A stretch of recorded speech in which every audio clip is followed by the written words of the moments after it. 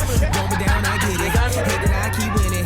Stab my back and took it. To all those who win it. The ones think I'm privileged. No, I ain't win into this. Lost friends, God bless. Cut hoes off too much stress. You young and reckless. Spent money on new car. I spent my money on lawyer. Fuck your feelings. Yeah. The material resonates with certain crowds.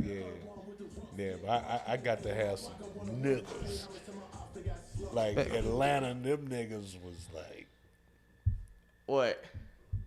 Man, you know them some hood rooms out there. Yeah, it's some hood rooms in Atlanta. Yeah, Trey told me y'all had a rough Oh yeah, He said he had a rough one in Atlanta. I mean, it wasn't like rough, but you Atlanta felt tough it. on me too, and I fuck with black crowds, but Atlanta's still tough on me. Oh no, you got to earn every giggle. I had to do my set backwards one day in Atlanta. I had to start with the closer and work my way the other way. I was like earn damn. it. What's up, everybody? Welcome to Fuck Your Feelings, the greatest podcast to ever exist. Ever. If you ever seen another podcast, it ain't shit. Fuck them. Fuck them. Fuck them and fuck your feelings if you feel some type of way. Man, we got an amazing episode. God damn it, man. We got Boogie B. Yo, Jay, I'm in here. Man, we got Boogie B in here. We got the New Orleans representative. Hey, man. Hey, New Orleans finest. We got Dicey in the building. Oh, hey, everybody. Okay, talking all sensual. Got Dicey in here. And we got Mr. Joe Fox. Feezy. What's up, man? Joe Black Feezy. in America, brother. That's what I'm talking about, man. Y'all see it? This podcast, man, you know what's so dope about this podcast? People go look back at these podcasts like this, like 10 years from now, we all gonna be fucking superstars. Yeah. And they go be like, all them niggas is in the same room together? Oh, shit. Exactly. They're like, they won't even believe Right. it. Look how young they look. Yeah, You know, everybody gonna say that. That weight would make you start looking older. Yeah, that Nigga. weight make you look old for sure. Yeah. Yeah, that'll do it to you. I came here at, I want to say 140. You came here today at 140? What you talking about? Poundage, nigga. Oh. 140 ounces, nigga. 140 pounds when I first came to Hollywood. Oh, what are you now? Almost 170. Yeah. 30 pounds of failure. But no. You carry your failure well. No. I'm just talking shit. 30 pounds of struggle on this. We were talking about performing in front of black crowds specifically because I know a couple of y'all doing the Kings and Queens of Comedy competition is going on in LA right now.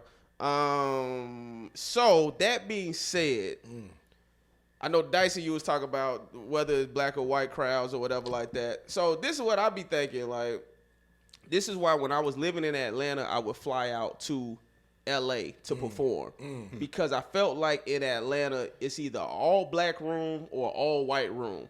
And I'm like, but if I'm traveling in the country, I need to make sure that my jokes hit everywhere. There it is, yeah. And I don't want to have to be thinking about switching up my material. I want to be able to say, nigga, these are my jokes, and these jokes hit in every audience. Right. So I would fly out here to make sure that I felt like I had material that no matter who's in the crowd, black, white, Asian, Puerto Rican, transgender, but to make sure that it hit everywhere. But do y'all do that? Is that's a thought that's in y'all mind, or y'all feel like y'all got y'all two different sets or whatever? Nah, well, I'm going to tell y'all from the, because I'm about to start teaching the comedy class, man. I feel like I got this shit down to science. The science behind this is it's more of a mentality than it is an audience. The more confidence you have behind what you say, it don't matter what audience you say it to. If they speak English, if they speak your language, if they understand your culture or not, is irrelevant to whether the joke is funny or not. What makes the joke funny is that it's you and it's authentically you.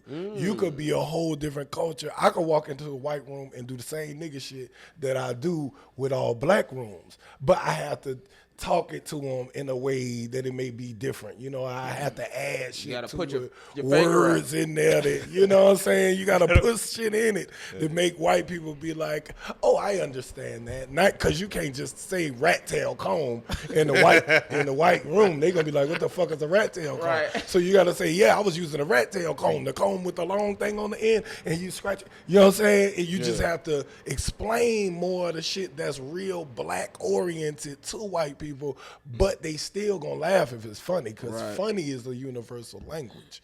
If they understand what you said, they'll laugh at what you say. So I just did a spot all white at the Comedy Store, and I only did 4 minutes, but I took the roof off of it I'm with sure you the did. same exact 4 minutes that I had been doing, because I was panicking. I was like, damn, I got 4 minutes. I think What the it's fuck is I gonna do? the other way around, though. It's black people that don't appreciate certain black comics. I think. I don't think. I think white audiences, you know, they're White open to a audience lot is of open. stuff. They're Yeah, open. that's I facts. think that That's facts. Yeah. Yeah, that makes sense, Dicey. If you gotta tell it to anybody, you gotta tell it to these niggas, because they be like, man. But don't you think it depend? We were just talking about it. Depending on the market that you're in, if it's an all-black crowd in Washington D.C., it's not the same as an all-black audience in Atlanta. That's right, It's not. because black people in D.C. read. right. They read. I went to college in Atlanta, everybody. I'm just talking shit. Fuck your feelings. They read in Atlanta too. It's just, you know, on the third grade level. No, I'm saying no. I love Atlanta. I love the A. Fuck you, man. I love the A. Fuck you. Hey, get them, guys. Didn't you? Joe Fox. Didn't you go to Emory, nigga? I went to Clark Atlanta Clark? University. Morehouse, which one did you go to? See, you ain't gonna talk. I can talk shit about it. You ain't gonna talk shit about Atlanta it. got Man, the shit, most they took shit about me. colleges. Atlanta got the most colleges. They got, When you go to Atlanta now, you think these niggas is all hood because they act and dress that way, but they be educated business owners. These be really black people that got shit going, but they don't want to hear no really intellectual shit unless it's really funny. It have to be that much more funny if it's all black in Atlanta and it's gonna be smart. But You know what I I'm saying? think You gotta be on some also, Chris Rock, Chappelle type shit. I think also is this. I think you just have to work for it more, because I don't find like I'm like literally changing my material. Like, oh, I'm not going to do this joke because of this crowd, It's not or that. I'm going to do this joke. Oh, this will get them. I just do my material now. Like, we'll use Atlanta as an example because we was talking about that. It's the toughest comedy in the United States. But you feel like you gotta work for it. Like, no, don't sniff, don't freaking scratch it, don't fumble with the mic. Anything that takes away from the energy, they like a rhythm, a cadence. It's like, you messed up. I don't care what you do, just don't stop. I think that's a different temperament on stage. Yeah. Put the mic a little bit closer to your mouth. Okay, right here. Boom. There we I think go. that's You a said different. yeah. I think it's a different temperament that you have to have in certain audiences, and then maybe slow it down for all white audiences. Yeah. Maybe that's what it. But not That's what it changing the is. So material. Joe Fox is saying niggas are dumb. You heard it here first, everybody. No, I'm joking. I'm joking. Also, I stand in one place the entire time I'm on stage. And black audiences, they don't really want that. Like, you gotta be moving and sweating, and you know, like I can't. seen it work. I seen disagree. work. But Deion Cole I can think stand it in the works pocket. Deion with some. It doesn't work for me. I'm Deion just Cole saying. can stand in the pocket and destroy it. Absolutely. Yeah. Deion Cole is one. Clayton English is Clayton one. English, yeah. And he's in Atlanta and started comedy in Atlanta. He stands poised. He does really smart comedy. It's really, not all sex or weed. It's really some That's true. smart, clever shit. Not And like it my works comedy. My comedy is because all it- sex and weed. Or It's- whatever. it My works shit is- 'cause it's funny now. all sex, What's it is and you can't stand in one spot for any of them two subjects. Right? Right. In those subjects, you got to get a little loose. Sex over here, weed over here. It worked every way, man, but you have to be confident in it. If Yeah. you're feeling like, oh, I'm standing still too much in your head, Atlanta sniffed it out already. Right. So they already Move your not mic on your side. Move your mic a little closer to it. Because buddy. you walked out walked there. You You know know, what- you walked out on stage like, oh, this all black crowd. I'm fucked Yeah. up. They already smelt it before you even say it, before you walked out there. I seen nigga That's get right. booed before he did like this and touched the mic. He got booed on his way to the stage because they was judging his outfit. His outfit was fucked up. Yeah, that's what I'm about yeah, to the say. vest with no shirt on judgmental. it. The judgmental, especially sometimes black, and I'm talking about all Judgmental. black crowd, all black Super crowd. I don't care judgmental. where you go in the universe. Super They judgmental. judge everything that you do, what you look like. You got a smudge on your shoe. You this. Oh, they don't care if you don't match. If your blacks don't match, that's just a thing. The first time I ever got booed was because I had on some dirty shoes. Bro, I'm at Fort Valley State University. Yeah. Now, you know, here I was trying to live my great white life. You know, I was trying to have dirty shoes like these white boys. Yeah. I wasn't trying to, but it just so happened. So, bruh, here I am at Fort Valley State University. I'm opening for my homeboy Justin Mitchell. Very funny comedian, Yeah, right? Justin Mitchell. Justin Mitchell was headlining. I had only done stand-up like maybe 4 or 5 times in my life, right? Shit. He was like, how often you get up? I said, oh, man, I get up all the time. I'm lying and shit. I get up all the time, man. I'm in college at the time. I was never getting up, right? I fucking go there. All black crowd in the auditorium. I go out first. I said my first joke. It bombs, right? I did a countdown in my head to when the booze was gonna start. You was at Clark, Atlanta? No, Fort Valley State. But I was Fort going to Valley. college at Clark, Atlanta. But we was at Fort Valley State University. And mind you, this is like a 2-3 hour drive to get there. You know. In my mind, I said 3, 2, 1. Niggas in the back. Boo! Niggas started booing me, right? Okay. I said, that's all right. I'm going to just stand here and look cute. A girl in the front row said, not with them busted ass Reebok Classics on. Dang. The crowd, oh! You can't come back from that unless you throw them over I the couldn't. shoes. And then there was a dude in the back. He was like, get your ass off stage. I mean, shut your black ass up. He said, nigga, tell me something I don't know. Everybody was murdering except me. He said everybody. Everybody. They started playing the music. The same man came out. I was like, all right, everybody. You know, I Dirty can't relate. 3 hours. No, I'm about to say, you never been booed? You know, at the Apollo, nigga. Really, at the Apollo? At the Apollo. I never been booed. But they come for that. See, nobody prepares you for the Apollo. This is your big break. But when you go there, my experience was, first of all, I didn't make it to TV, so ain't no tape, and I ain't got no story to tell. Well, nigga, I took the tape. You know, I ain't got no story like that. I'm talking about the prelims just to even make it, you know. On the TV show. To make You it on the wasn't TV. even on it. Yeah. No. But in general, those people, they're young folks, first of all. They're young folks. It's not on TV and you got people's families and stuff like that, and then you do bad, then you boo. No, they come, especially comedians. They come to boo. We have a comedian. Boo! I'm like, dang, I can't even get that. God damn. An intro. I mean, they was booing. They gave me 1 second of grace when I was walking out there, and as soon as I started telling jokes, as soon as I said hello, I mean, it's like I stood in the pocket, but the Sandman did not come out. The Sandman is a comedian himself. He said, I don't come out on stage on comedians, but you should have kept on going. Oh, wow. That's I didn't what know he. that. That's what he told me. He might know the Apollo secrets. I mean, for comedians, yeah, just keep on going. But they come to boo, so that can shake some people.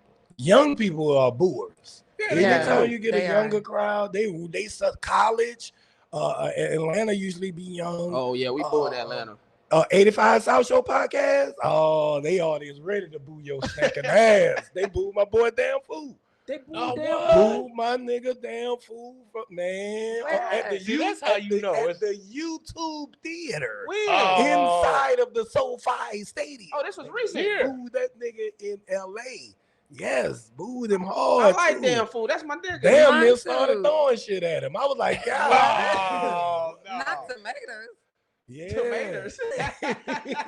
Hey, 85 South Show crowds don't fuck around. They boy. booed Damn Fool. Booed him in the middle of the That's a show. damn. He wasn't first. He wasn't last. He was right in the middle. Oh, well, he should have killed it. And it's a Kevin young crowd. Tate did that show too, didn't he? Yeah, we was on the same show. Oh, y'all did well. I was backstage. I wasn't on the show. I was just backstage watching. Oh. He must have said something they disagreed with. Them young Yeah, what'd he folks, they say? all sensitive. No, he didn't say nothing they disagreed with. He can't. His opening joke was "fuck black women."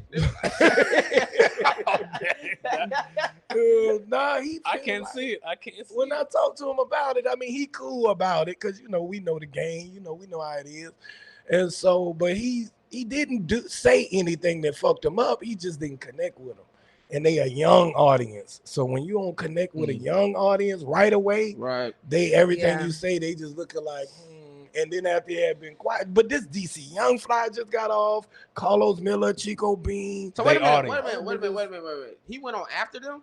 Well, they was hosting together. Oh, they was hosting. So you know how they hosting, they freestyling. They killing. riffing with the audience, smoking weed, telling the crowd to light up. They roasting security. They doing all type of antics, and then they bring up an Atlanta comic. And now here's some stand-up. Right, but they bringing up, but at first they was bringing up comics that the audience knew already.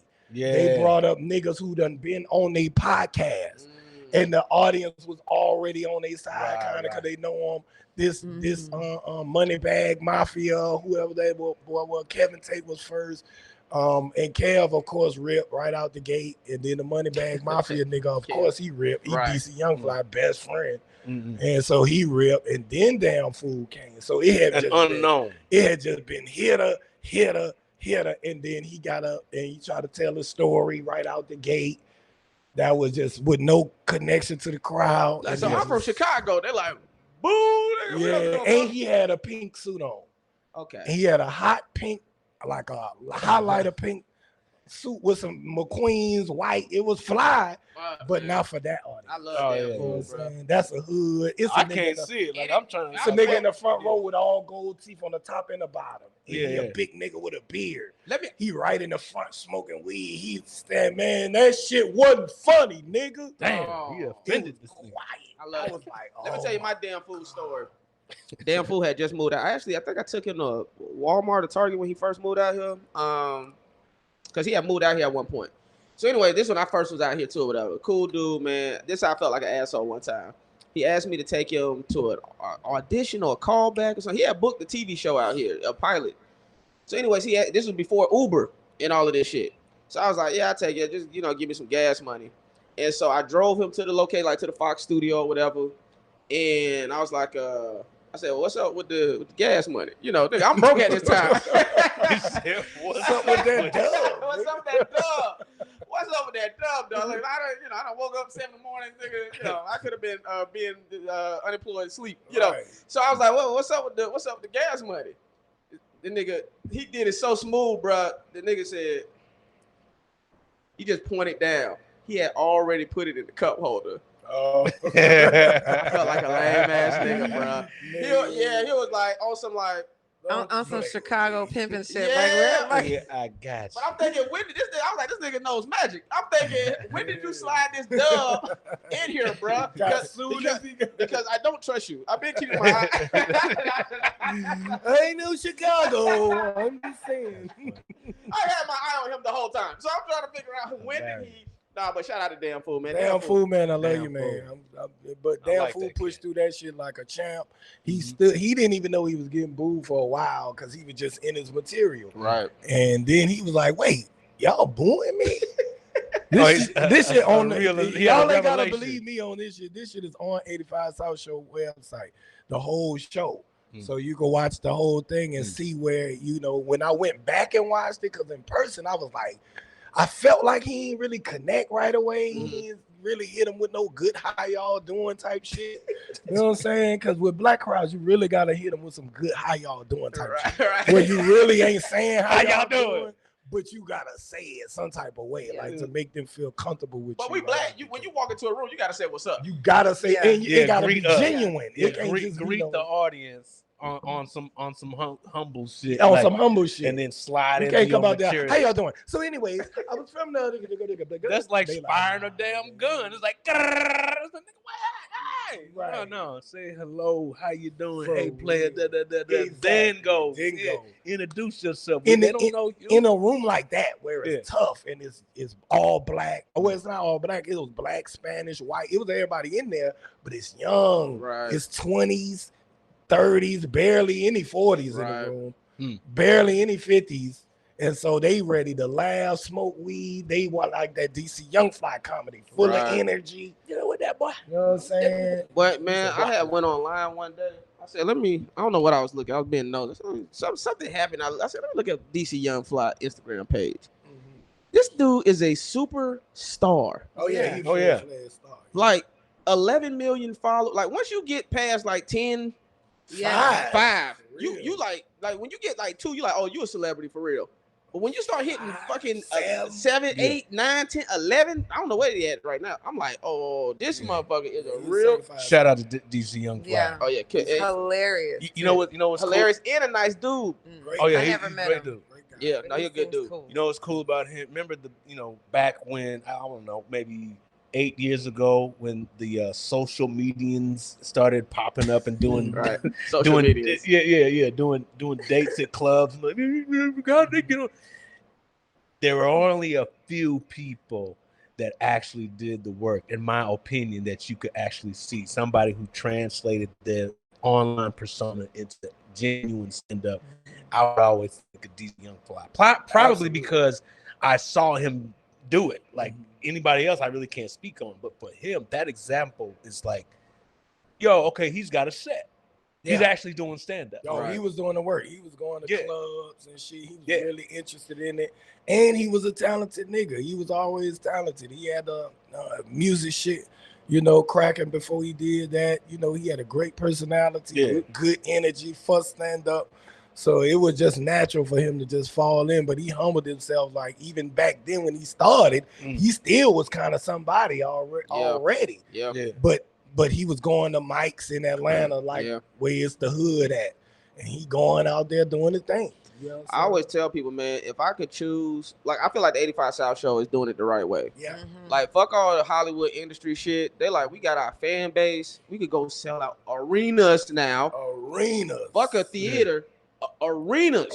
They selling out arenas now. Them niggas sold out the Hollywood Palladium. That's wild, bro. Sold it out. So it's like, once you reach that level, the industry gonna come to you regardless. And now you don't gotta do shit on their terms. You do shit on your terms. And if you don't like their terms, fuck them.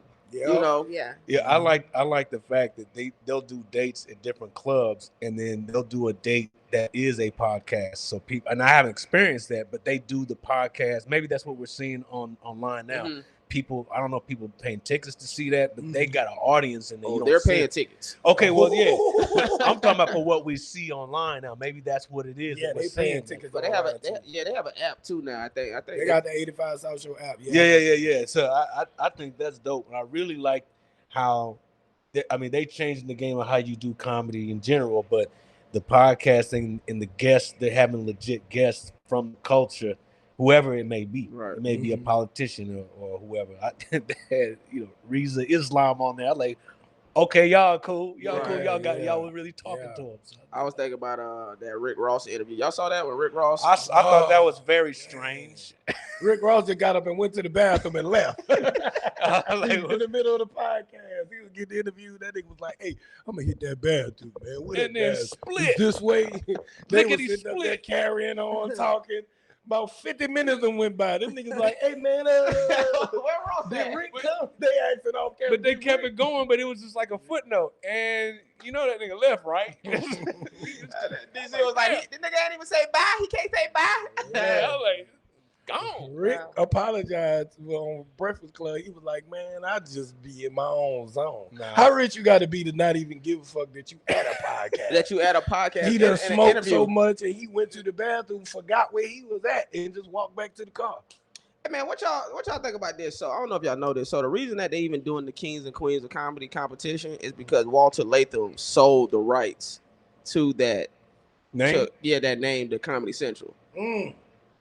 So what y'all think? Y'all think that was a smart move, or y'all think he should have held on to that? Well, I'll let you know if I get a call for the showcase. I ain't got a call yet. If I don't get a call, have me back, and I have my comments. Wait, so Walter Latham sold the name Kings and Queens of Comedy to Comedy Central? I did not know that. Yeah. You know for how much? No, I don't. Walter Latham was there last night though, so he still was must he? got something to do with it. Yeah, Oh, he was okay. there. He was sitting in the booth. Yeah. Oh, okay. Yeah. Well, hey, he must got something to do with it. Yeah, he must still get some money from it. Get some paper, man. I mean, it's a powerful name. It's legitimized, the Kings and Queens of Comedy. That's a lot of pressure though. For whoever get booked on that motherfucker. Who y'all think, if excluding y'all, who do y'all think should be the 4 comedians that will hold up to that title, to that name? I don't even know who's in the competition. No, fuck the competition. Nah, I'm just saying overall, that's not Chappelle, Chris Rock, that's not one of them motherfuckers. You know all the You talking about people that are coming up from our generation. You know, new people. Even if it's like the Tony Rock, D-Ray level. You see what I'm saying? So not the top spot, but the next spot underneath, below.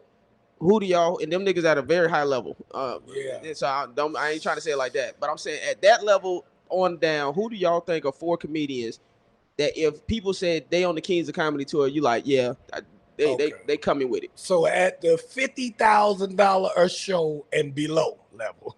Yeah.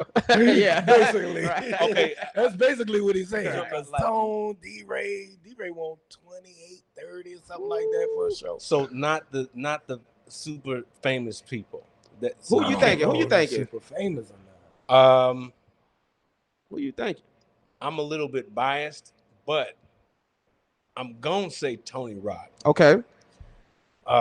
Number 1.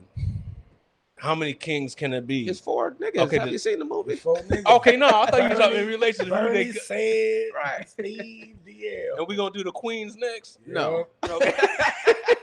I'm talking shit. Not even. I'm talking shit. Man, But I was thinking about I was having that thought like, well, why don't they do 4 women and 4 men? They are doing it. Oh, they are doing that. Yeah, It's Kings gonna and be, Queens. but they auditioning everybody together, Oh. showcasing everybody But good, together. good. But Okay. it's gonna be 2 separate. Oh, good. The same what it was. Good. Okay. Good. Co-ed rulership. But this shit is the way I heard the format for it is gonna be a whole lot different. Oh, it is. It's gonna be a competition. Yeah, It's gonna be y'all gonna have to do competition. sketches and all type of shit. So I think they probably gonna pick the other 3 and let that one person who win the competition be the 4th person. So they might pick D-Ray or because I heard Stan Lathan say that would be his wish list for the show. It's actually Walter Latham. I looked this up. It's 2 different. It's a Stan. Walter. Yeah, it's Stan Lathan is directing it though. Lathan and yeah, Latham, that right? makes sense. Stan Lathan is directing. directing. Latham. Stan Isn't it? Walter Latham Yeah. is the one who owns the name. Yep. He was there last night. A lot of people don't know that. They get them conflated. Yeah, they but do. A lot Because they don't read. They went to Clark. No. Call back. Fuck your feelings. Oh, no. I see y'all ain't say y'all 4 though. Okay. I don't know my fault, man. It's only supposed to be an hour and 15 minutes, man. Because we hope. It's gonna be a long show for that. Because shit. comedians don't walk around with that swimming in their head. We'll Nah. throw out a couple people. Like I threw out a name. Tony Rock. Okay. Oh, okay. 1. So everyone name 1. We'll put together the goddamn. So for the Kings, you said Tony. Yes. Dicey. I like Carlos Miller. Carlos. I respect that. Yeah, I like that too. Shit, I hate to say it, all the NCT. same ones. CP. I meant. CP. CP. Yeah, CP. So she went the younger route, the younger. I put both of them on my list too, and I referred them. I'm just letting everybody know that. I'll put your name on the list. I know, right? Put your name in. Oh, Come man, on, it's tough for Boogie. me, man. I got so many of them that's let me good. help you. I can't Let me help you. I Let me can't help you. do it. Somebody who you've seen headline and you've seen they set. That's either you know or you don't know.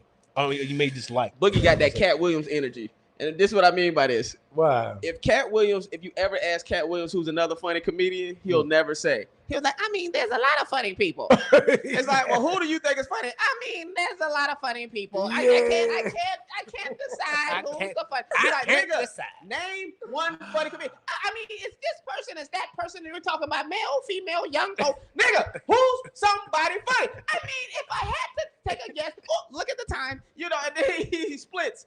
Man, He splits and goes somewhere. but this is bigger than that though. because being funny is one thing, but being considered the king of your era of comedy or queen of your era of comedy is a whole different thing. That means to me, not only are you funny, but you already bubbling. You already got a show or some shit going big. You already got something better than just being funny. Yeah. Because we are all funny. Right here. So what you're saying is you have a different measuring stick that says this is what makes you a comedy. Exactly. That's different today. We talking about kings and queens. Yes. We ain't talking about funny, working, friends, because all of us are friends and all of us are funny. How do you pick somebody? What is the next thing that I would have to pick from is success level. That's the only thing I could really That's what I said. That's what I said. In success in stand-up. Because y'all niggas, of course, you know, you 6 seasons on CBS. You bigger than a lot of these niggas. Yeah. London Brown bigger than a lot of these niggas. Enough is. But these niggas in stand-up, they have the accreditation from the audience that will say that this nigga's a king. Because when you go to that shit, if the audience who coming to Kings and Queens don't feel like you know king or queen, you about to get booed. Yeah, they're gonna overthrow your ass. Or old, this gonna be a black crowd more than likely. Well, this is what I was thinking last night. I kind of mentioned this quickly to Amber Bickham, that's the casting director for this, which is all them dudes had TV shows. Back then, meaning even Bernie Mac, he didn't have his own, but people knew who Bernie Mac was. Yeah. He would pop up in movies. He would pop up on Moesha. Like people knew. They were recognizable. He was recognizable, right? All of them were. So even now with this, I'm like, the stand-up is cool, and I'm hoping the TV show helps garner the recognition that's needed. But also, I'm thinking like, really, they need to do a TV show, like a sitcom. Like that needs to. Hold on, I'll get back to it. Keep talking. They could use somebody who don't really have it all, but the other ones gotta have it all. What do you mean by they that? could use a Bernie who's just funny and don't nobody know him. You know what I'm saying? Or they barely know him because Sid and Steve was giants at the time. DL had 2 shows at the time as well. Bernie had the least amount of notoriety, but on the stand-up circuit, just stage for stage, Bernie had it on lock. So they could use somebody like that who's really strong, but the overall show got to be somebody who's just really just that popping. Because even though I would like myself to be one of the kings, but I know damn well I ain't put the work in that Carlos Miller done put in, you know what I'm saying? Yeah, or I ain't got the acumen. So when I go to a show, if I'm on it with Carlos Miller, they gonna be like, whoa, we can't wait to see Carlos Miller. But Boogie B was funny. But we can't wait to see Carlos Miller. You know what I'm saying? And he gonna be funny. Here's somebody that didn't nobody name. I don't know why we didn't. Like somebody like Corey Holcomb. Because Corey Holcomb is hit or miss. Wait a minute, but he would be the. Okay, let's line them up. Let's line them up. If you're gonna line them up, let's line them up. Corey Holcomb is hit or miss? No. Yes. Listen to what I'm saying. Corey flat out got booed at Clark Atlanta University. Like that's at Clark Atlanta University saying some cold ass shit that they wasn't ready for. Yeah, you can't. Them college kids, that's not a good gauge of that, bro. Here's what I'm saying. Right. So like Corey would be the in the Bernie Mac position. Yeah, you know what I'm saying? Yeah. Right. And so who would be the Steve Harvey? Not be like Steve Harvey. I'm talking about in terms of his notoriety. I think D-Ray. I would say D-Ray is it. And this is why this is why I say D-Ray. I just seen D-Ray do the Mike Epps Snoop Dogg thing. Was it Mike? Yeah, Snoop Dogg. Okay. Snoop Dogg. For me personally, I felt like he had, outside of Mike Epps, he had the best set, like overall. Yeah, I did too.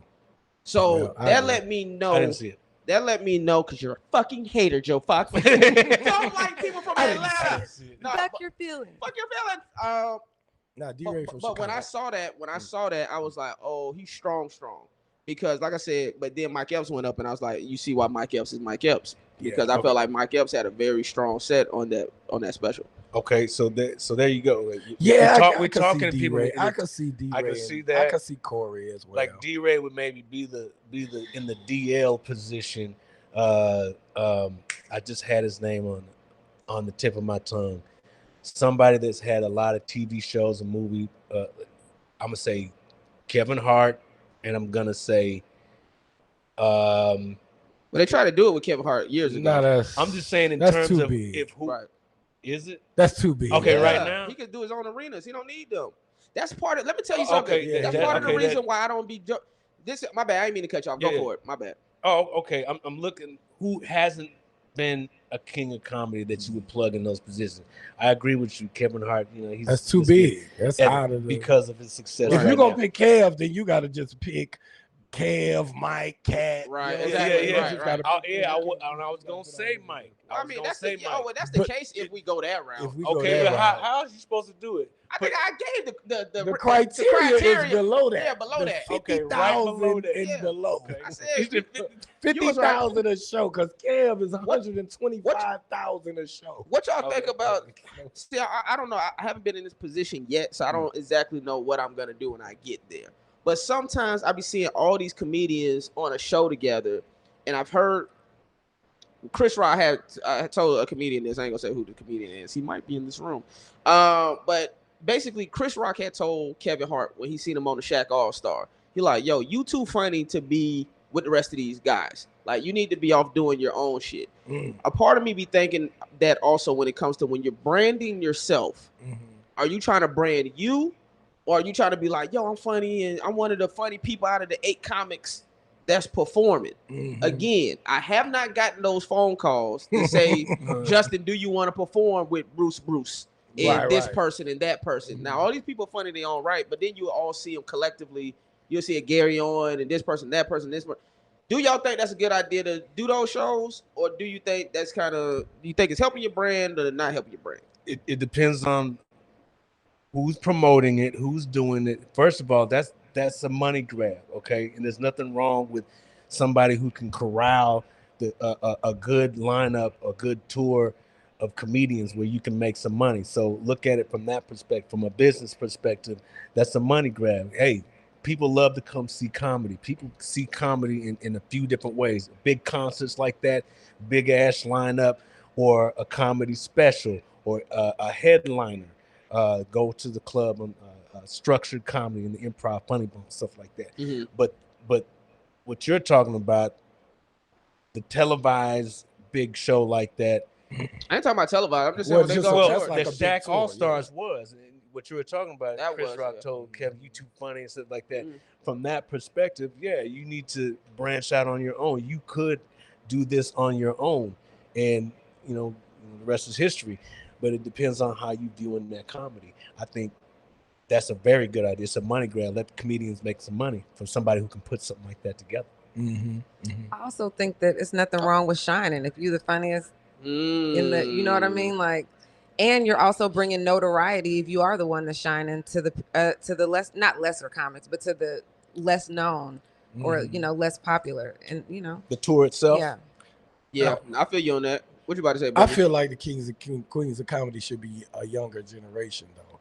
I feel like D-Ray and Coco Brown, and even though those are the ones who are like the kings, I feel like they shouldn't even be. I think it should go a level below that. But well, that's why when she said Carlos and CP and if we doing that, then Carlos and DC and goddamn. Country Wayne. Country Wayne. But if you really go that route, I would see it like that. I would see Carlos, DC, Country Wayne, and shit. B. Simone. I mean, I don't fucking know. Yeah, well, that would be on the Queens, but my bad. It would have to be another dude. So I mean, I don't know who it could be. It could be Banks. Anybody. It could be anybody. See, it's so different nowadays with social media to blow up from that, and people audience think they funny. Right. When Desi do a show, he rip. Right. When Country Wayne do a show, he rip. Because they came to see Country Wayne and Desi. Right. So they ain't really ever going to face an adverse audience because almost every audience know them because they got 3-4 million followers. Right. So when they go, I don't know what you judging by. It's so hard to pick these type of things. So shout out to Amber Bicker, man. She got to make that decision of who they picking, and I wouldn't want to do it. I was thinking about this like the other day.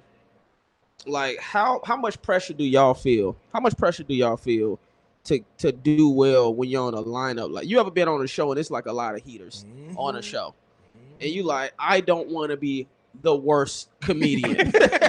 You know what I'm saying? Like don't be with the brokest person in the room. Yeah, Don't like you catch a brick. don't want to. How do you know? You don't want to be the one that stall out the show. Yeah. You don't want to be the one that's the least funniest out of the group. How much pressure do y'all feel, or do y'all not feel any pressure on those type of nights? I used to. Now I don't care.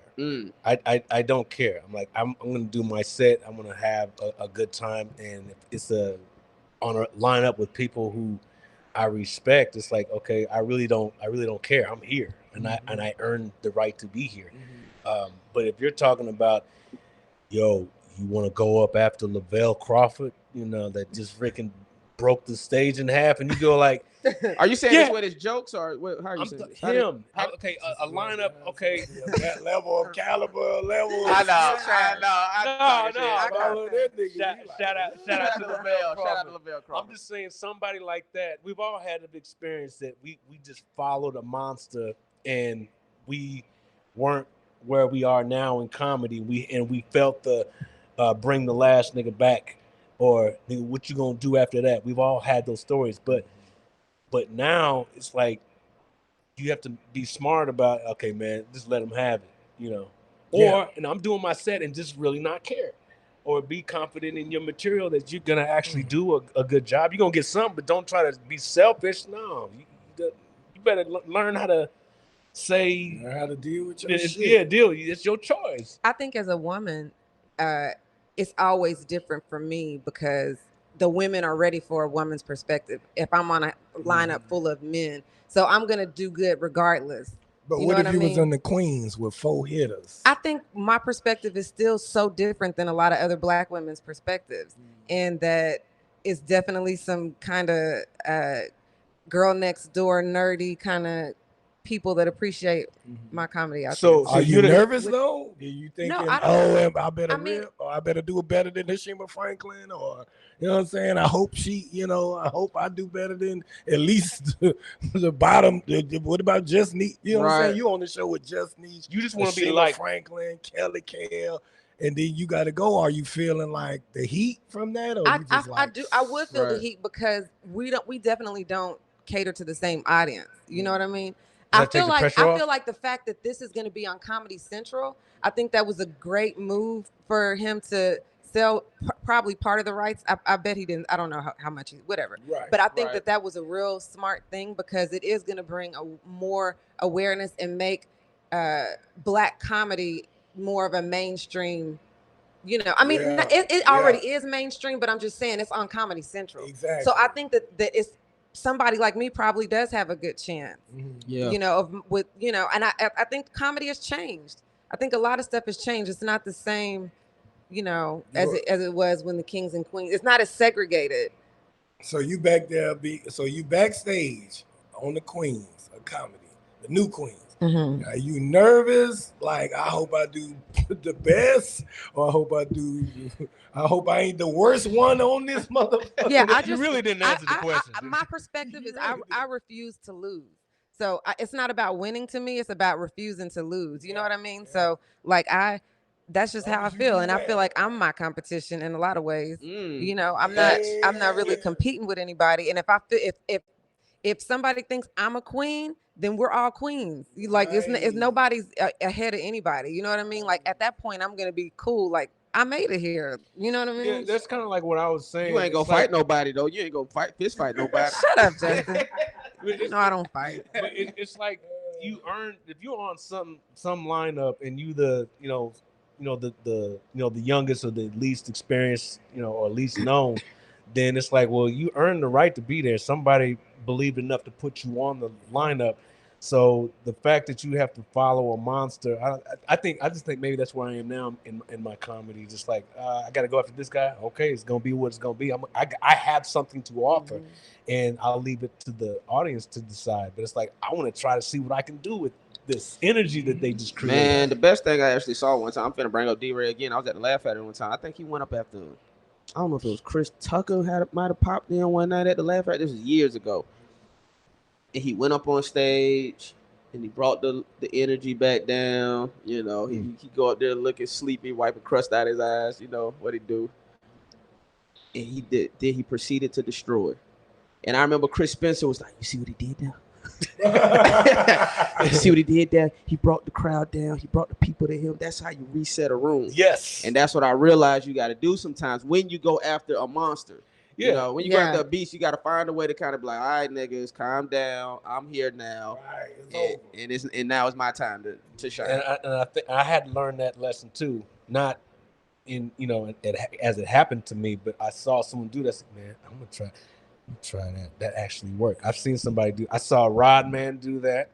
Rodman did that after like a killer set from LaBelle, and he had to like settle down the crowd.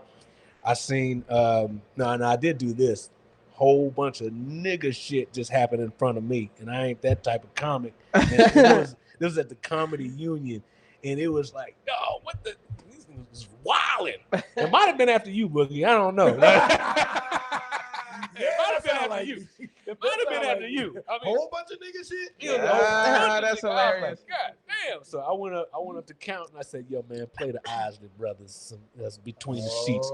Boom. And I got them back down like this. I did my set and I did very well. So sometimes you have to do things as a comic in a situation like that where the odds are not in your favor. Yeah. You know, it's a trick, and young comics don't know that. They try to ride the wave, and then if they don't come with it, guess what? Right. Also, you got to be comfortable with silence and comfortable. You know, like that's part of Justin what we learned at Marty's. Like that's a fact. And Boogie B, you would come through. Everybody came through Marty's, but like I had my breakdown set in Marty's. You know, that was a place where you got used to you being. Was there. You was sitting right there. Yeah. What happened again? You had your breakdown set. You started crying? No, not crying, nigga. You know when you doing some real shit. Work shit out. Yeah, that's what I meant. Talking about breakdown, like hitting the air like Trey and Boys in the Hood. Yeah. Nah, but I done went up behind. I was at the Improv one night. I was first, and then the show just went to the next level. But I've been in the end of it too. I went one time, and damn, Mike Epps popped in. But before that, Jay Leno popped in. But before that, Ron White from the Blue Collar Comedy. Hey, Ron White's a beast, bro. So Ron beast. went, He's Jay Leno went, Mike Epps went. Give it up for Boogie B. I was like, here we go with the How did the set go? It went good. No, it went good because they had saw celebrities that I saw. I watched the same show you niggas watched. Right. So I'm about to tell y'all what we saw. Right. And we were like, and I acknowledge the fact that we just saw a great ass lineup of comedians. But now y'all go get these jobs. But how long ago was this? This was like 6-7 years ago. Okay, 6-7 years ago. Tilt your mic up, son, Boogie. You had it in your mind to you had a game plan. You just didn't go up there. Yeah, I already knew what it was. Though. So I had already been, I'm already seasoned enough by that time to know what I was about to embark on. You know what I'm saying? Right. It wasn't just I'm going to go up, I'm going to cry, I'm going to panic. This LA though, you go up, you could go up behind anybody, right? And they star power could be so big it'll dim your light. But you can't let nobody dim your light. You cut the light all the way off, then cut it all the way back on. There you go. I like that. Cut Bars, it all the way off. Bars. And cut it all the way. And now it's super bright again. Straight so up. when I left, they was like, "Whoa, man, you were so funny, man. Dang. You were so funny."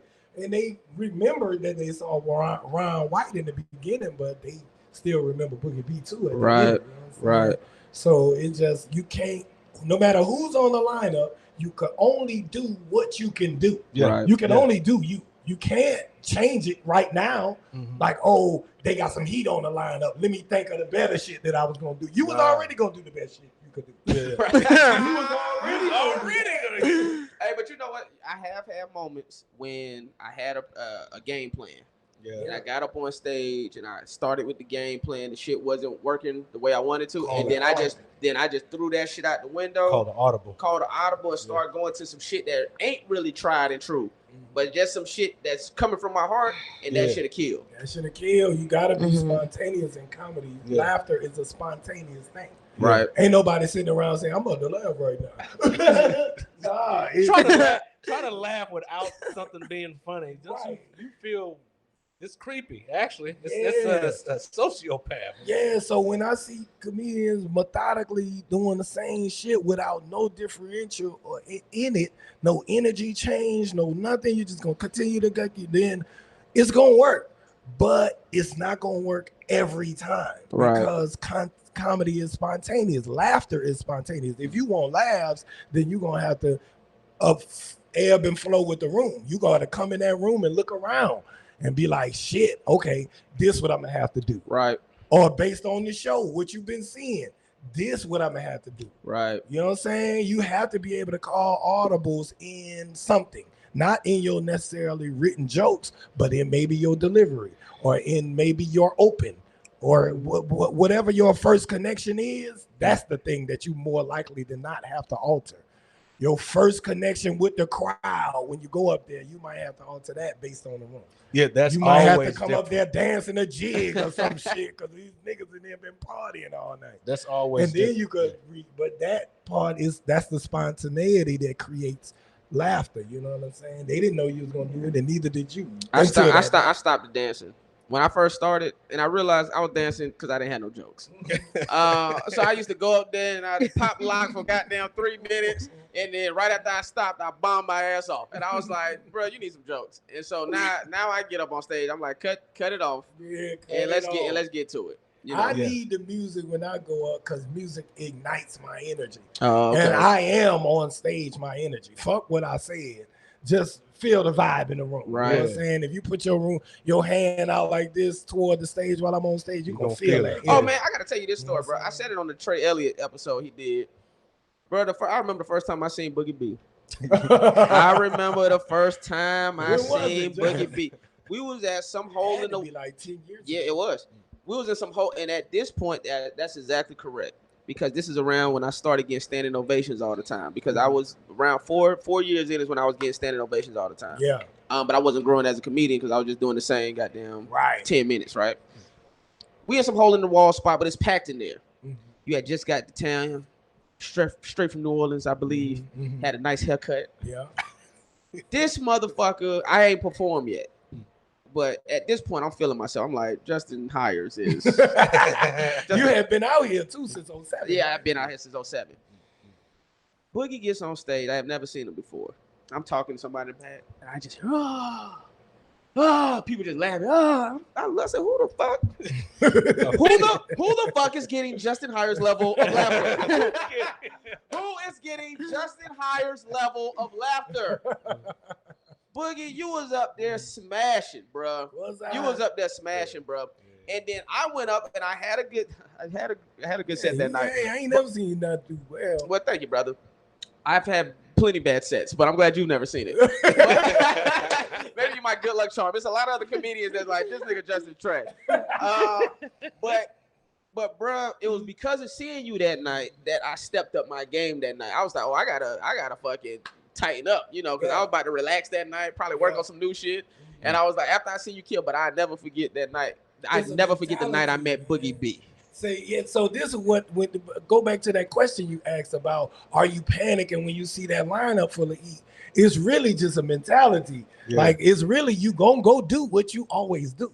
Yeah. But you're about to change your energy in a way. So if you back there panicking, you probably not gonna do well. You back there like, oh shit, I better change something. These niggas funnier than me. Or if you got that in your head, that's probably what it's gonna be. That's true. But if you go in there with Joe Fox attitude, like I belong here, they did well, but I'm gonna do well too, and you just go up there and do what you can do, then you're probably going to do the best that you can do. Now here is something that I do feel. It's not like a pressure thing, but I do feel a need to make sure I do, you know, either a certain joke, you know, the right way. Yeah. You know, like because the other people that are around, like if I know I'm on the show with writers, no, I need you to know that I write too. I need you to know that, you know, it's like a respect getting set. Like, you're gonna hear this joke right here. Like, this is a joke that I wrote specifically because I am a writer as a stand-up.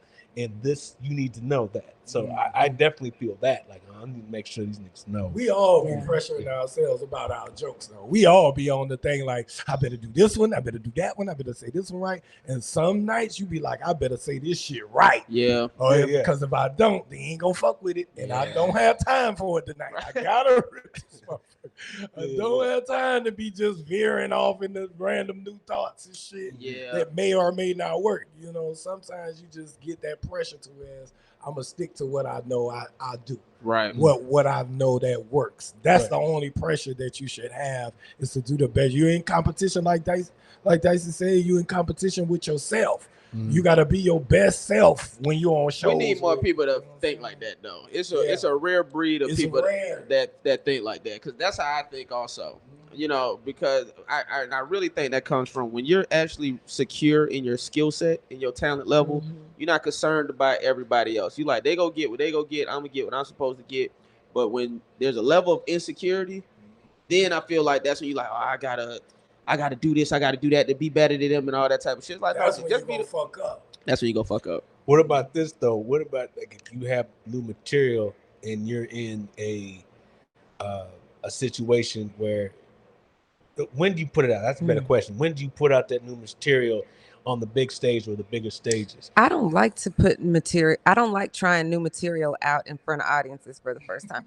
I like to work it out at open mics. I go to mics and people are always like, why are you still going to mics, Dicey? You've been doing it, but like, why are you at a mic? You on all? I'm like, because I got to work it out. I got to see what, and I'll go to 3 mics, do the same 5 minutes at each mic, tape it, listen to it, figure out which words I don't need. Like, I don't waste words. And I feel like an audience deserves a real set. They don't deserve to see you up there working shit out. And I'm also just not confident in doing the jokes like that. I'm not. That's what it really boils down to. The confidence. Yeah. Yeah. Because look now, let me put this all into perspective to everybody who's listening. If you're a comedian and you've been writing jokes and you've been performing jokes, what makes you think that your brain doesn't function in a way to write a joke on stage? But I think that's kind of arrogant to think that every single one of your jokes is going to work. They're not going to work.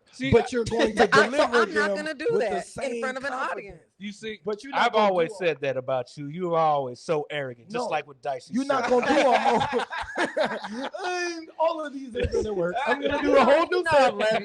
And this shit is going to kill. You niggas just going to accept. But no, it's not you going to do a whole new set of jokes. You're going to say a new joke in the middle because you feel it. Right. If you wrote it, you felt the way when you wrote it. But you don't go to like no open mics first? I never go to open mics. I haven't been to open mics since I was maybe 2-3 years in comedy, because every mic is open to me. It's open for me to think. Boogie B with another I would take your comedy class. I'm teaching myself. I would. It's very interesting. No, because it's a science to this shit, and like science is undeniable. You can feel how you want to feel, right? But science is always consistent, right? That's something we know from world. But when it comes down to stand up, I see how Boogie get bitches now. It comes down to a science. He's a pimp. So passionate.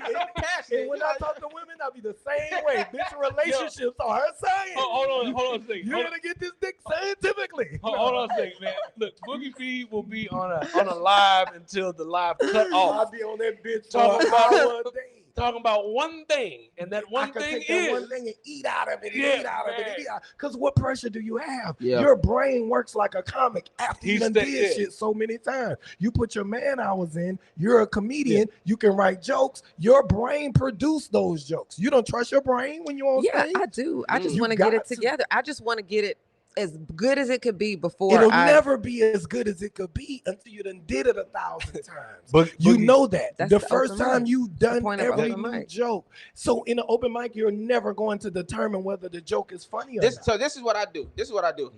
I do still do at least one open mic out here that I go to, right? To work on my brand new fresh off the press. Right.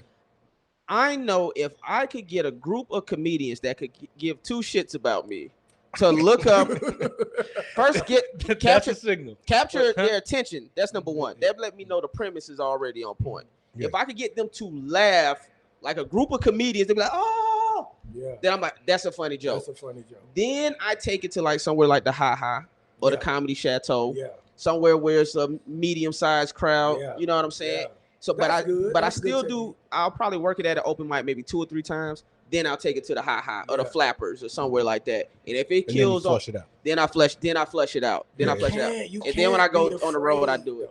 You can't be afraid to do new jokes because they're not going to work. That's not how comedy works. I agree with you.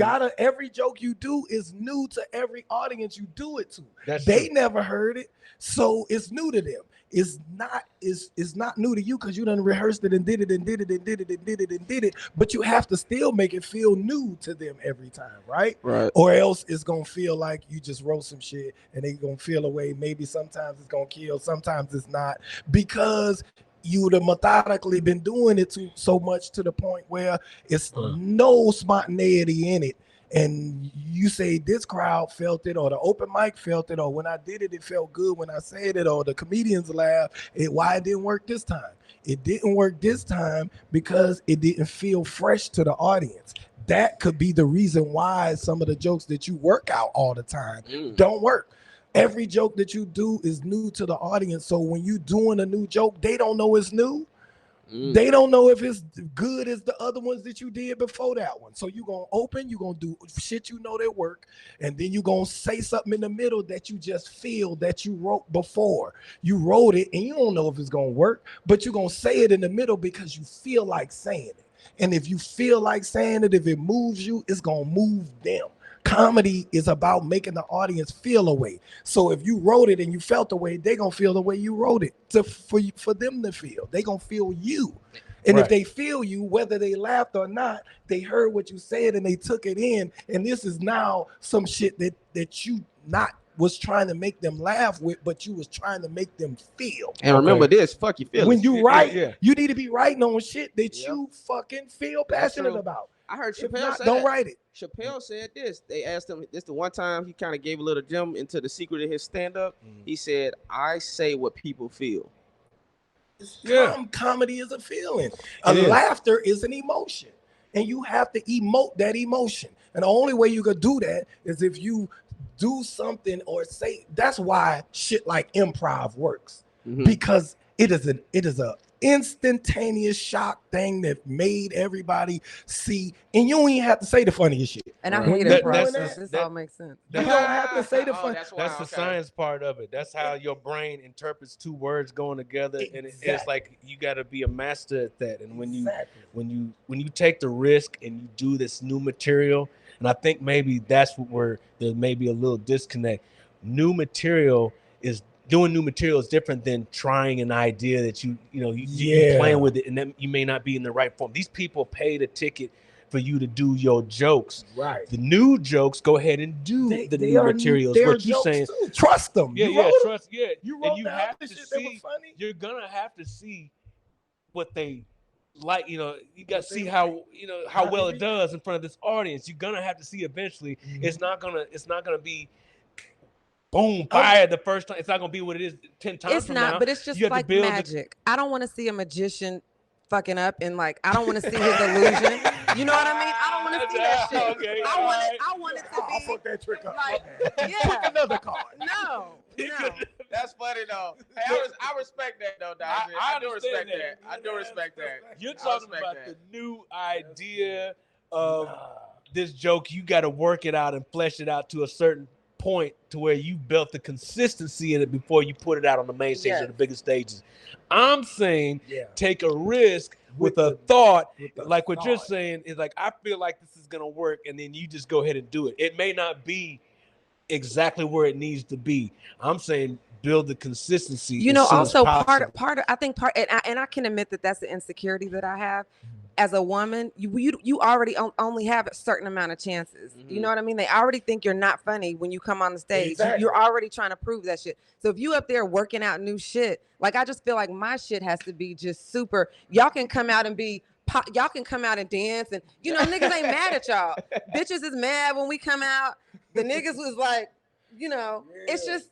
it's Everybody's a different thing. getting So judged, though. I know, but I Everybody. don't want to give my comedy can't be the thing to suffer. I see what Or you're saying like though. my- As, you know what I as a mean? woman, I understand there's an added pressure. It is, Yeah. Because definitely. so that's Yeah. what she's saying. It's So definitely an added You pressure. can't be not funny and attractive. You can't be attractive and too funny, and the ladies in the audience, they man is laughing at you, and then now they hate you because they man is laughing at you and you attractive. There's a whole It's a lot. it's a lot. It's like, and you have to dress a certain way, and it's like a That's why I balance wear a of funny sweatshirt. and Right. you know what, but It that's can be. that's not, and you still look nice. I ain't mad. Like, I'm for the sisters to get they just due in comedy, but y'all do have to deal with a lot. I always wonder about that because y'all, especially the the not attractive ones that are not funny, they really got it bad. Excuse me, sir. If you're not attractive, you better be funny. You better be funny than a motherfucker. Yeah, but Stay your really- ass home. Like, come on, be honest. Have you ever seen somebody that I'm talking about women now? I'm talking about women. Oh, he Have want you to ever- he want to make sure he get canceled. Go for it. Have you ever seen an unattractive comedian that is a woman and not funny? Doesn't that do something to your soul? Yeah, it's like seeing a fat chick with small titties. Ah, Ain't nothing the worst. Ain't nothing the worst. A fat chick with small titties. It's like And this wouldn't even be a conversation for a man. You would never say a man that's not that attractive and he wasn't funny. That's not even a conversation. So like you're saying, just Yeah. to the whole point, it's different for us. it is You know, it is it's different. But So- comedy is the same for everybody. It got different additives depending on your audience and depending on your gender and depending on because people are biased. But just by they are men by gender bias, race bias. So whatever crowd you going up into, it's not gonna be all women, it's not gonna be all men, it's not gonna be all black, it's not gonna be all Spanish, it's gonna be all people. Gotta And be once relatable. you figure out the science of funny, people are going to react if they can understand what you said. So this is another technique that I be trying to teach comics to have confidence in what they wrote. If you wrote it down one time, that's material now that you must use in front of an audience.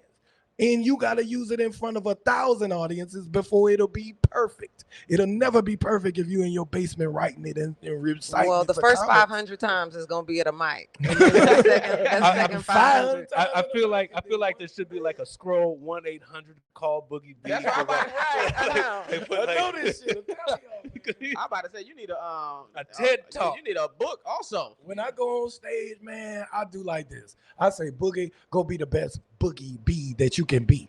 Go up there and say what's on your heart, say what you feel, say what you wrote, say what you going through, and say that shit. This is a human experience we having. And I'm human. I'm not here to tickle your fancy. I'm not here to tickle the bottom of your foot and make you laugh. I'm here to tell you Is that a about foot? what I'm going through and make you feel it. Whether you laugh or not, you felt what I said. I tell a story about my girl who I was living with getting a train ran on her in front of me. And people be about to cry because of my pain and passion involved, but they be laughing at Wait a the minute. same Wait, this was time. your girlfriend or this was just a Nigga, chick? we lived together 3 years. And I tried to set up a threesome with Okay. her, and she agreed. And we get there, and no, I thought we was going for a threesome with a woman, Oh. and she did too. It wasn't said, but it was agreed that we was going to do this for me. You know what I'm saying? We didn't say, "Oh, you're not gonna get a train run on you." We said we going to this thing, and we gonna experience this thing, and we not gonna talk about this thing no more with each other because we love each other and we live together. We've been doing this for 3 years. We've known each other for 10 years. So I'm like, I trust you, you trust me. Let's go in here, let's do this, and let's have a good time, and let's leave it in here. We went in there, and damn, no girls wasn't involved in none of this. It was a swinger party, and it was women, but it was like stud lesbians. It was couples, but it was no like single women just wilding out in there. So we just started kick the shit off. Like in one of these rooms, let's just go in one of these rooms, fuck. And one of these girls gonna see my ding-a-ling, they gonna like me, and then we gonna be cracking. Oh my God, Boogie. That's just how I felt what was gonna happen. We get in there, my That's what girl. I felt was going to happen. Nigga, some dude walked up to me while we in there fucking, and the dude was like, "Can I play with you and your lady?" I was like, you got the wrong person, brother. You got to ask my woman. Right. And I know she gonna say no. You got to ask her, nigga, because I know she gonna say no. She ain't even no freak like that with me. So I know she gonna say no, but I put it on her like, yo, man, you gotta ask her. He was like, Queen, is it cool? She was like, I mean, You know what I know? cool. You want to know what I know about women? There's I'm gonna say most women. I'm gonna say 75% of women deep down, their fantasy is to have two dudes. But they don't do it. I'm gonna say 75%. I'm gonna say deep down they want to have two dudes, but they don't because they're thinking about society. Yeah. That'll stop you from doing it because it's just Now like the other 30%. if we human and we guys and we want The other to 30% is my wife. All the non-whores now, The other 30%. It's not a fantasy anymore. It's a reality. It's a reality. That's hilarious. Yes. It's true. We gotta make that shit right though. We gotta let women explore their sexuality like that and stop shaming them for it. We want two cooches, and she human too. She could possibly want two of the things that she Dicey, thinks is great. how It's cool. Is that true, Dicey? Dicey? 100%. Thank you. It's cool if she wants me. that, fellas. Don't do that. But, Don't. yeah. And I didn't break up with the girl. I know women. Is it two or is it just? He's trying to see how many No, do you because want? You're talking about. Are you said talking two. about in a threesome? Or are you talking about just period? Like I can have multiple sex partners. According to the I was talking about statistics- threesome. Oh, I was talking about okay, threesome okay. specific. But Okay. go for it. You expound on it. You're a woman. I've never had a threesome with two dudes. So, But you're not a. If there was no okay, see that there was no social pressure. pressure. Exactly, I told you, bro. See? The is I would think about it if there was the right situation with the right liquor with the right two niggas. The right liquor. when I was younger. Yeah, okay. When I was younger. Yeah, You I'm were younger grown yesterday. now. Dicey. I'm old as fuck now. What I look But like? I'm You the look oldest person 12. in this Tender room. age of 42. Yeah, I'm 42. Again, Yeah. I'm the oldest person in this room. Yeah, okay? nah, we ain't doing You threesomes older over than me? 40. Oh, threesomes over 40, nigga. You must be the porn star. back Right, in the day. exactly. What the hell you still trying to fuck that much for? You Right. grown, nigga. You got shit to do. Like what? Fuck all After that. all of that. Two women? I Heal don't need up? all that. Nah, over 40, we too concerned about the woman feelings anyway. You got to be concerned about two bitches. I don't want to be concerned about both of y'all feelings after this. Yeah, Oh my it's God. a new sexual renaissance with women right now. That's why Beyonce's new album is called Renaissance. If you hear all she talk about is fucking her sexuality and women's sexuality, but I realized that just through conversations and talking with women, and I was like, oh, there's a new sexual, and that's good, man. Women ought to be able to do y'all. We got to stop judging women, but but also don't be upset when you can't find a husband. But that's Oh, look at her face. Look at her face. See? Just don't be. He said it all. See, fellas? Just don't be upset when you can't find a husband. don't be upset. No, See, I'm if gonna say the- this: do you? But make sure no one else knows about it. If the fellas start accepting hoes, then this wouldn't even be conversation. If you start accepting that women get multiple dicks and you still marry them, then this wouldn't be. If all men just take that stigma off and marry the girl no matter what she done in the past, and if you're willing to do it, she's willing to do it, or if you have done it, she can have done it. If you do that, if you come with that way of thinking, then more women will get married, whether they done got trains ran on them or not. Everybody needs somebody. Kim Kardashian got somebody. Oh, she got done had everybody. multiple dinglings, and most men don't like all that back and forth with different niggas. Was that a train or is that one at a time? That was not a train, but it could have been a train. Train and one at a time. But let's be honest. Kim Kardashian is damn near a billionaire, if not a billionaire. So you willing to be like, she's been fucked by all of Hollywood. However, All of it? Yes. However, she's I'm just joking, Kim Kardashian. Don't hate me. I love you. I love her. Yeah. I Oh, love women. her too. Oh, I don't women know. love Kim I Kardashian. love her. Yeah. Why is that? Because Of what she's done Because as she- a businesswoman? Yeah. that too, and also just because of her Despite- sexual, she don't care. She's a fly ass mom. She went to law school like really late in life. She's doing a whole lot more to get these niggas out of prison. She's than a nigga lot fishing. Of, like, you know, I mean, like, if you gonna fuck them all, at least get them out of jail jail. so you know can what I fuck mean? 'em. Here's my prediction. I'm gonna say by the time Kim Kardashian is in her late 50s, she's gonna run for office. And then she's gonna point back to all them niggas she got out of jail and get in, and then cause all kind of political havoc. And we're gonna like, but it's Kim Kardashian, and niggas will be fooled again. She's a Libra. see She's that. not gonna cause any havoc. I was gonna say the She- same thing. it's I I the said scales. political havoc don't She- think she'll cause political havoc. No, I don't think so at all. And I would definitely vote for her. It'll be political. because of all them niggas she got out of jail. It'll be No, it'll just because I feel like she is probably more qualified than Trump. exactly. Oh, Lord. He's our Listen, barometer. Like, I'm sorry I brought it up. Well, I'm just saying. Nah, she'll do a It's good only job. up from there. She'll But do a good job. I still don't think that she She'll would still do a just bad be job. too fine. If you're voting for your public officials based on how big her ass is, then you have a problem as a person. Let me tell you Yeah, something. Kim nah. Kardashian would do a good job. She'd do a good blowjob, hand job. You know what, Justin? Fuck you and your feelings. Fuck you Fuck and your fuck your feelings. feelings. You know what? You know what? There's nothing wrong with a woman running shit. You know, like vacuum cleaner, dishwasher. You know what, Fox? Fuck you, No, no, Fox, no. and fuck your feelings. Hey man, we about to get out of here, man. This has been a phenomenal. We ain't gonna be able to top the whole threesome. We're not gonna be able to top that. This has been a phenomenal episode. Boogie B, Dicey, Joe Feezy. Y'all say y'all social medias. What y'all got coming up? Where they can find you? Yo, this your boy Comedian Boogie B at Comedian Boogie B on everything. BOOGIE. Just listen for the nigga who sound like a young Louis Armstrong from New Orleans. The New Orleans representative at Comedian Boogie B on everything. Just follow me. Fuck the shows. Just follow me. I need the followers more than I need you to come to the shows. 'Cause I ain't got that many shows. I need the followers so I can get that many shows. Yeah, follow me at Comedian Boogie B on everything. Thank y'all so much. I'm Dicey at Dicey Approved, DICEY, however you spell approved.